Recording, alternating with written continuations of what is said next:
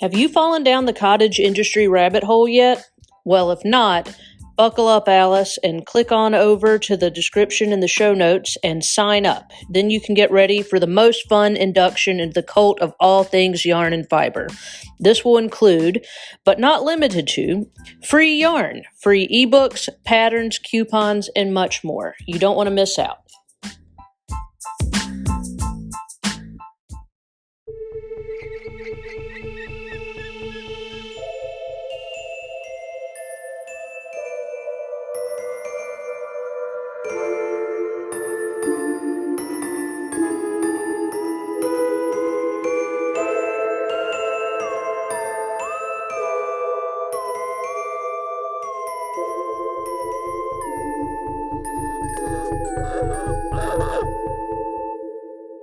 You are listening to Crime, Coffee, and Crafts, a podcast featuring two crafty besties who love true crime and a good cup of joe.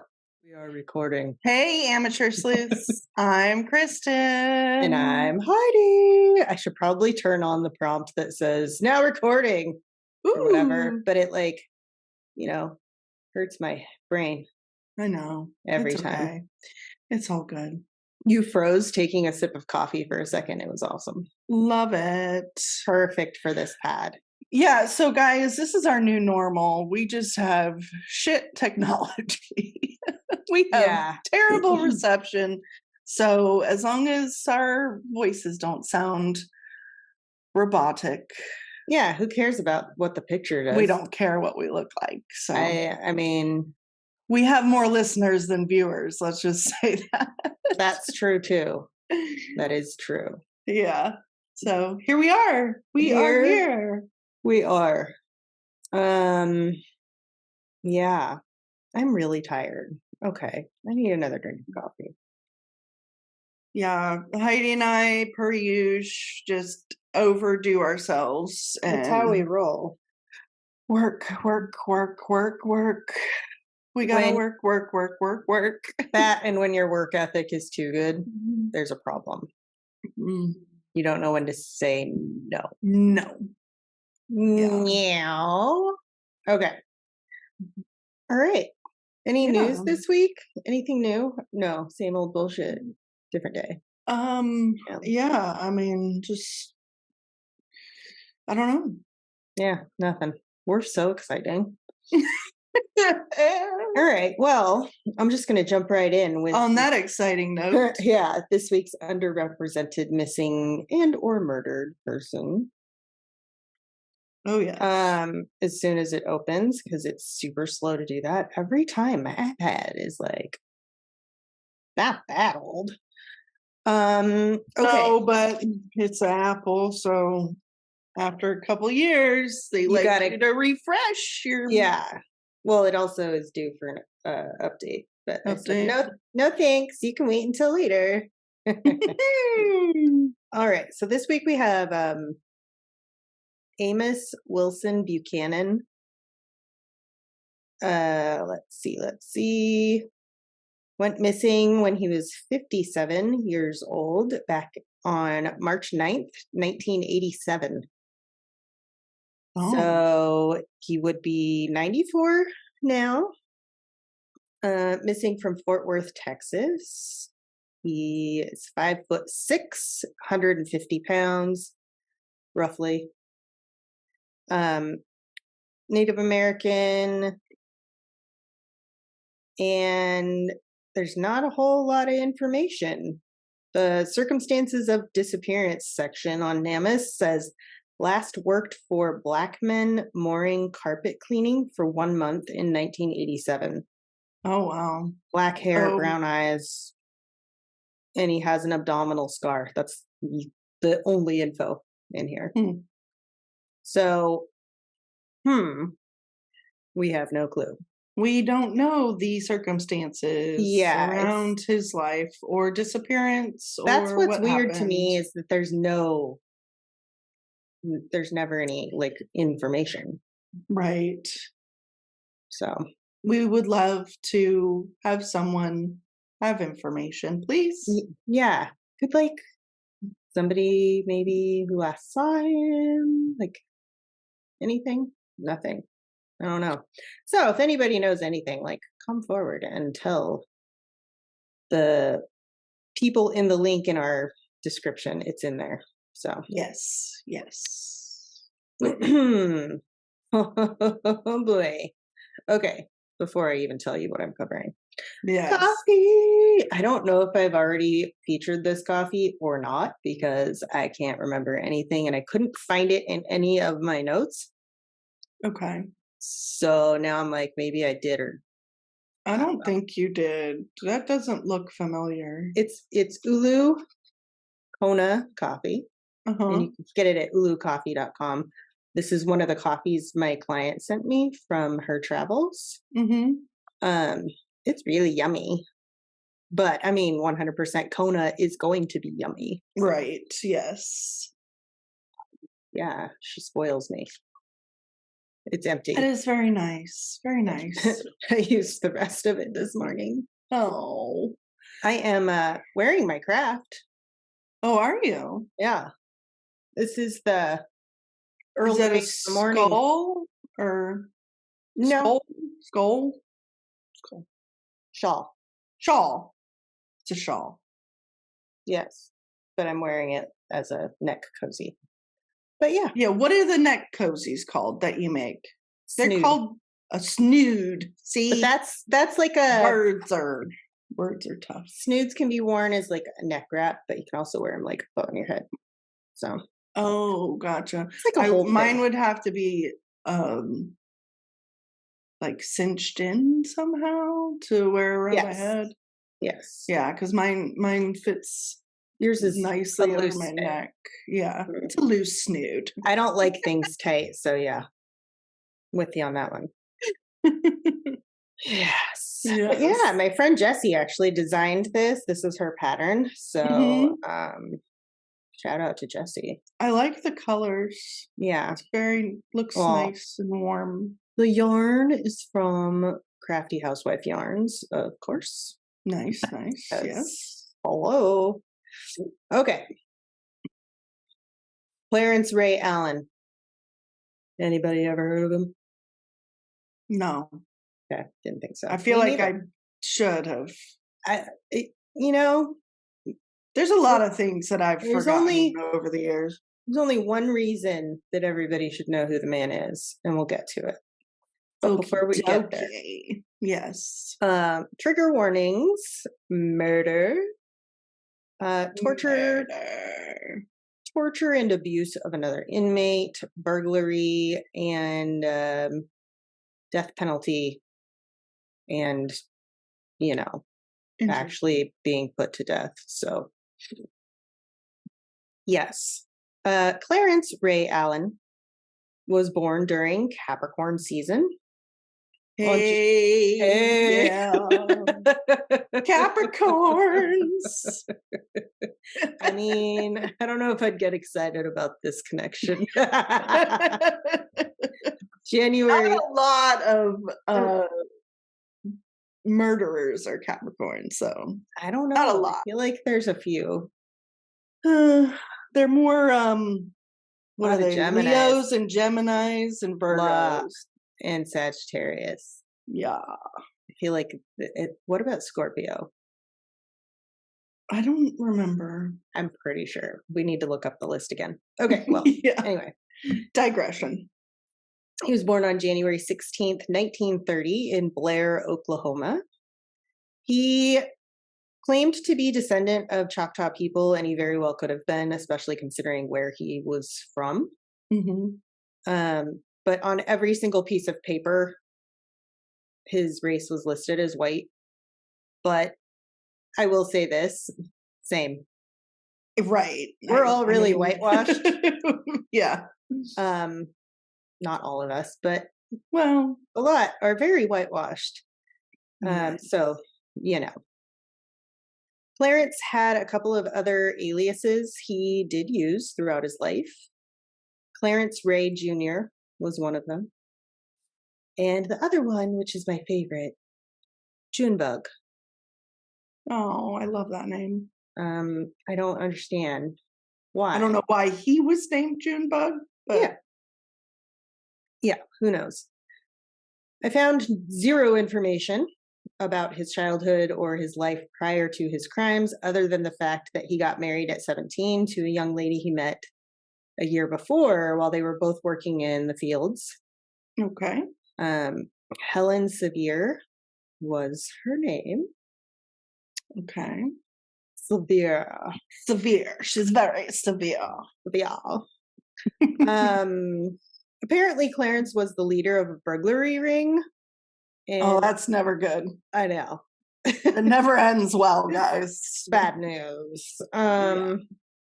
In 1974, he planned a burglary of a supermarket in Fresno, California, called Fran's Market. And just in case you didn't, make sense of, he lives in California by this point. Gotcha. At 44, considering he was born in 1930, right? Yeah. He's the same age as... It's a good thing you have good memory. Only because I'm medicated now. Halfheimer's over here. I can't remember anything. This market was owned by Ray and Fran Schledowitz.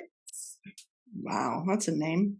I tried spelling that one several times, and it was kind of funny because I kept fucking it up. It is quite the name, though. Yeah. So Clarence had actually known these people for several years. And what the fuck, Clarence? That's terrible, Clarence. Yeah. You could have done better. Yeah. Clarence's son, Roger, was also involved in this plan, along with some other guys who worked for Clarence. That's just bad parenting. Right. Ed Savala, Carl Mayfield, and Charles Jones were the three guys. The latter two worked not just for the burglary ring, but they also worked for Clarence in his legitimate business, which was a security guard firm. Oh. Yeah. That could easily help them with their burglary ring. Fuck yeah. Yep. The first thing they needed to do was steal a set of keys to the door and the alarm. Apparently used a key for the alarm. Yeah, I mean, there weren't like back in those days. Back in the days, you had a key and you had to procure it from a person. So, yeah. But they didn't have any trouble getting that. Those were easily obtained by someone. While Brian Schledowitz, the son of the owners of the market, was swimming at Clarence's pool. Oh. Someone just took him out of his belongings. Yeah. Like nothing. Right. Easy peasy. Exactly.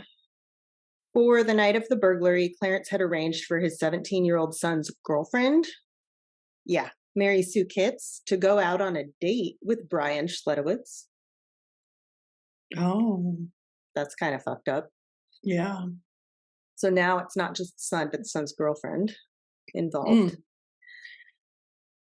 Everything, it's real fucked. Everything went well at first. They pulled off the burglary just fine.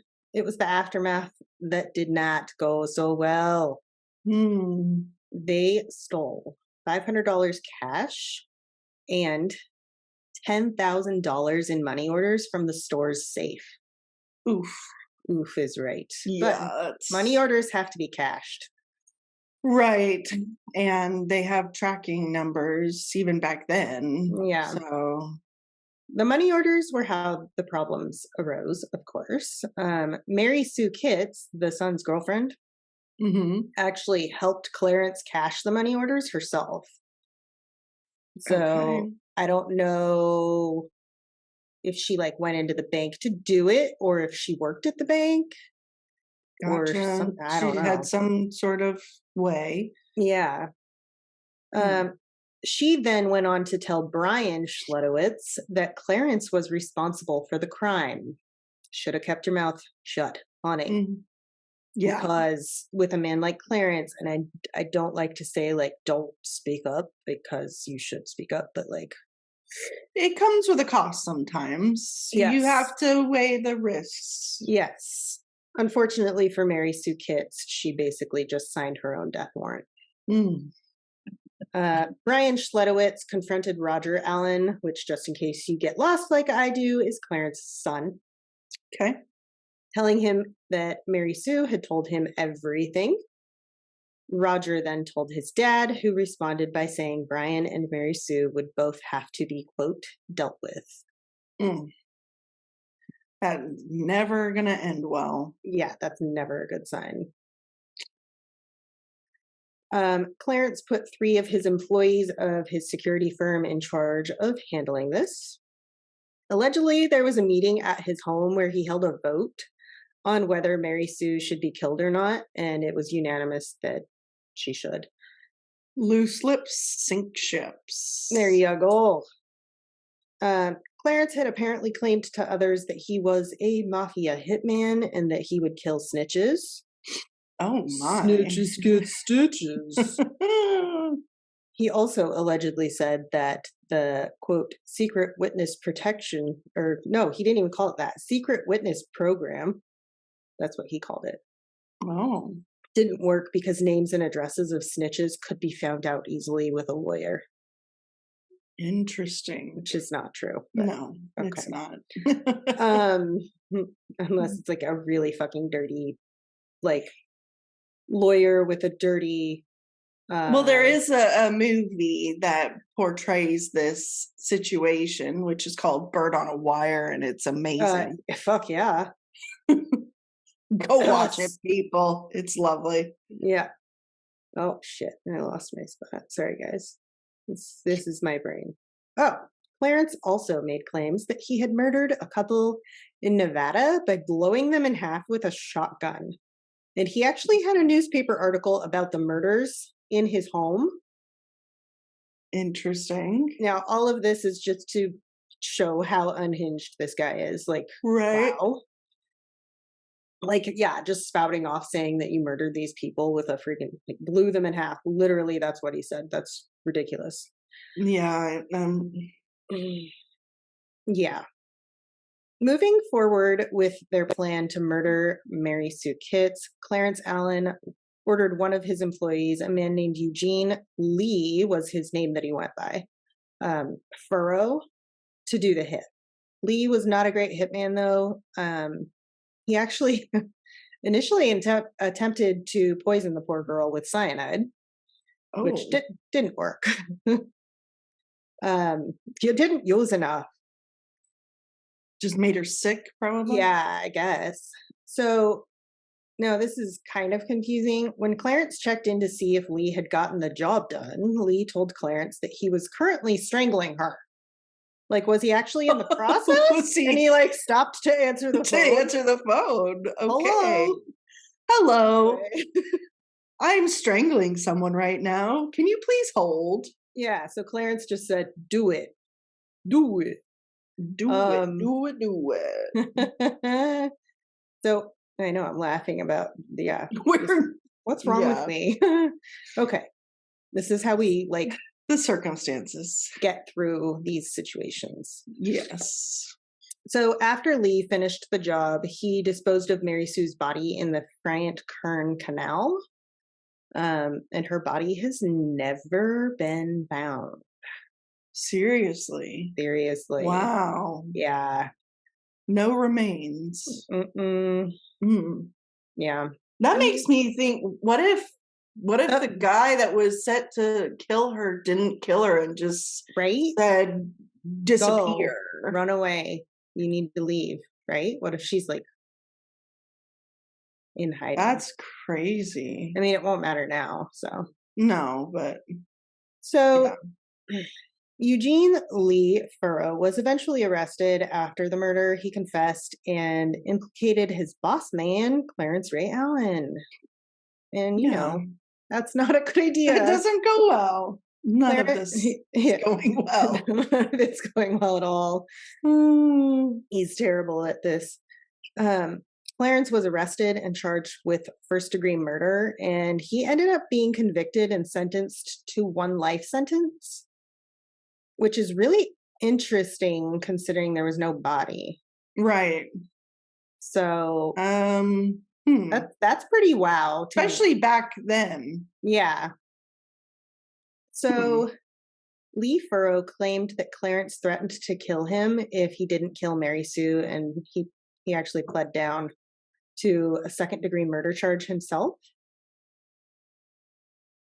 Sorry. Go ahead. Hand signals. Oh, I like hand signals. Anyway. And so I just felt like Madonna. Okay. Clarence was sent to Folsom Prison. Folsom. Yeah, where he proceeded to plot his revenge on the rest of those snitches. Revenge. Yes. Clarence and his pal / fellow inmate, Billy Ray Hamilton, that's a name. That's quite a name. I would Billy definitely Ray. say that's a name. Conspired together to murder those who testified against Clarence. If there were no witnesses, Clarence could get a new trial, potentially getting set free. And Billy Ray Hamilton would be eligible for parole soon enough. As soon as he was out, he followed through with Clarence's plan. Just to get himself in trouble again? Basically, yeah. They're just career criminals. Yeah, it's apparently. Yeah. September 5th, 1980, Billy Ray and his girlfriend Connie headed over to Fran's Market. And Brian Schledowitz happened to be working that day. Billy Ray came armed with a sawed-off shotgun. He proceeded to murder Brian and 2 other employees of the store. Yeah, they were young too. 17-year-old Josephine Rocha and 18-year-old Douglas White. That's sad. Yeah. There were 2 other people who were injured, Jack Abbott and Joe Rios. Joe Rios may have saved his own life simply by raising his arm as he was shot at. And Jack Abbott, this is not something anybody should do. Jack Abbott was a neighbor to the store. He heard shots fired and he actually came over there to investigate, and he brought his own gun, which is a good thing because after he was shot by Billy Ray, he returned fire and actually hit Billy Ray and injured him.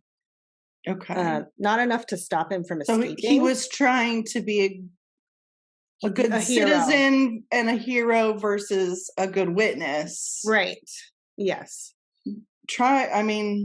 Yeah. Not to worry though. Billy Ray didn't get far for very long. He was arrested 5 days later. As he was in the process was the neighbor was okay, right? Yeah, they just got injured. Okay. Yeah. Let's see. He was in the process of an attempted robbery at a liquor store. Of course, because why not? We just killed people. We might as well rob people again. And it gets worse. He's such a dumbass. This dipshit had a hit list on his body, like on him. Oh my gosh. Everyone on this list. Keep paper evidence. Every single person on this list was someone who had testified in Clarence Allen's trial. Right. Like, seriously, get smart. No. Not a lot of criminals are smart. Yeah. Yeah, it's very sad. Billy Ray Hamilton was convicted on 3 counts of murder, 1 count of attempted robbery, and 2 counts of assault with a deadly weapon. To top all of that off, there was a special circumstance that made him eligible for the death penalty. He, quote, had committed murder robbery and multiple murders predicated on the killing of other victims, unquote. Okay. Yeah.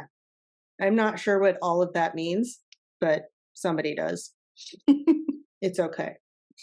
So he was actually sentenced to death on March 2nd, 1981. Which, like, that was really fucking fast.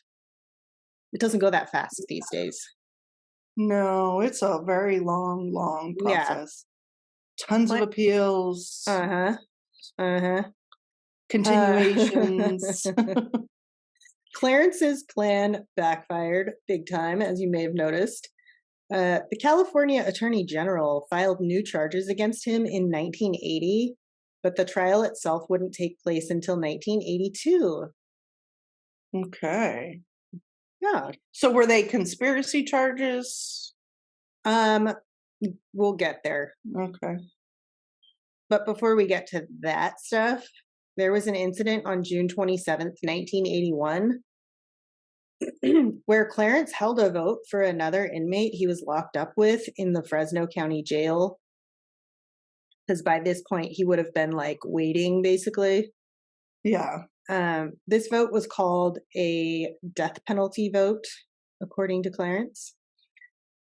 This turned really bad for the inmate they were targeting. He ended up being scalded with 2 gallons of hot water the other inmates poured on him.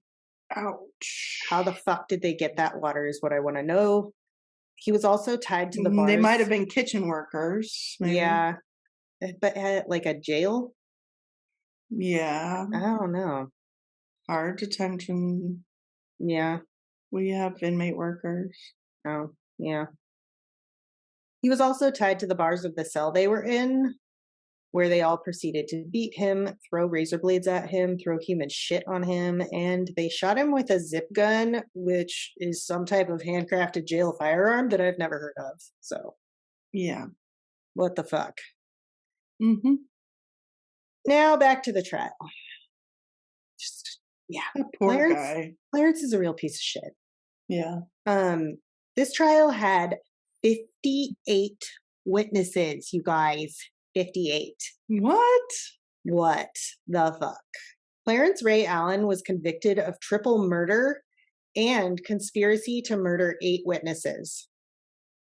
He too had special circumstances that made him eligible for the death penalty, and he was, of course, sentenced to death. And as of December 2nd, 1982, Clarence was on death row at San Quentin. Oh, San Quentin. Uh-huh. Yikes. So Clarence attempted several appeals, but all were denied. Even Arnold Schwarzenegger denied clemency to Clarence, using Clarence's own... during his governor stint. Using Clarence's own poem against him. Quote, "We rob and steal, and for those who squeal are usually found dying or dead." Oh, that's pretty funny that Arnold Schwarzenegger used Clarence's poem against him. I mean, seriously, like, how much more guilty could you be, buddy? Right? Yeah. He needs the Terminator. The Terminator has sentenced you to termination. You know it's bad when the Terminator is like coming at you. January. I'll be back.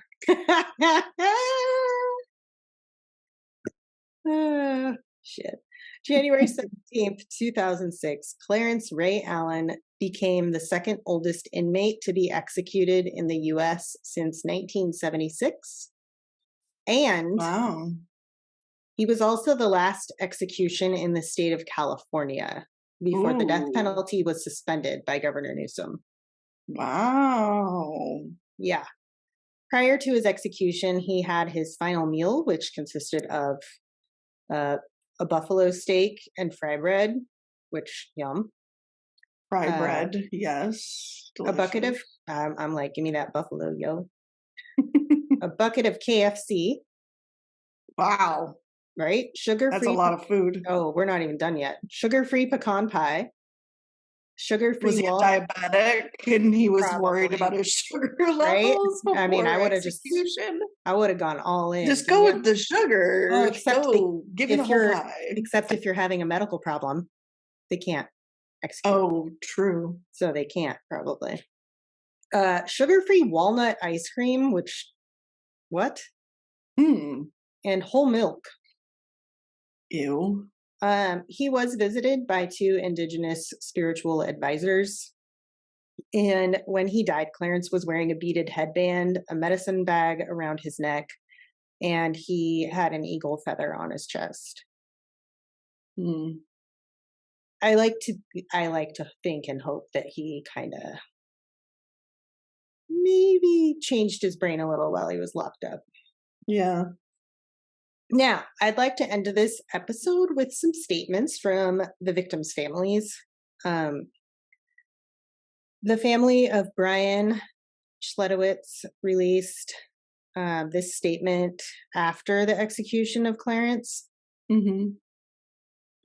Over 30 years ago, with the burglary of the Schledowitz family business, Ray and Flange Schledowitz and their son Brian were drawn into Clarence Allen's destruction of lives.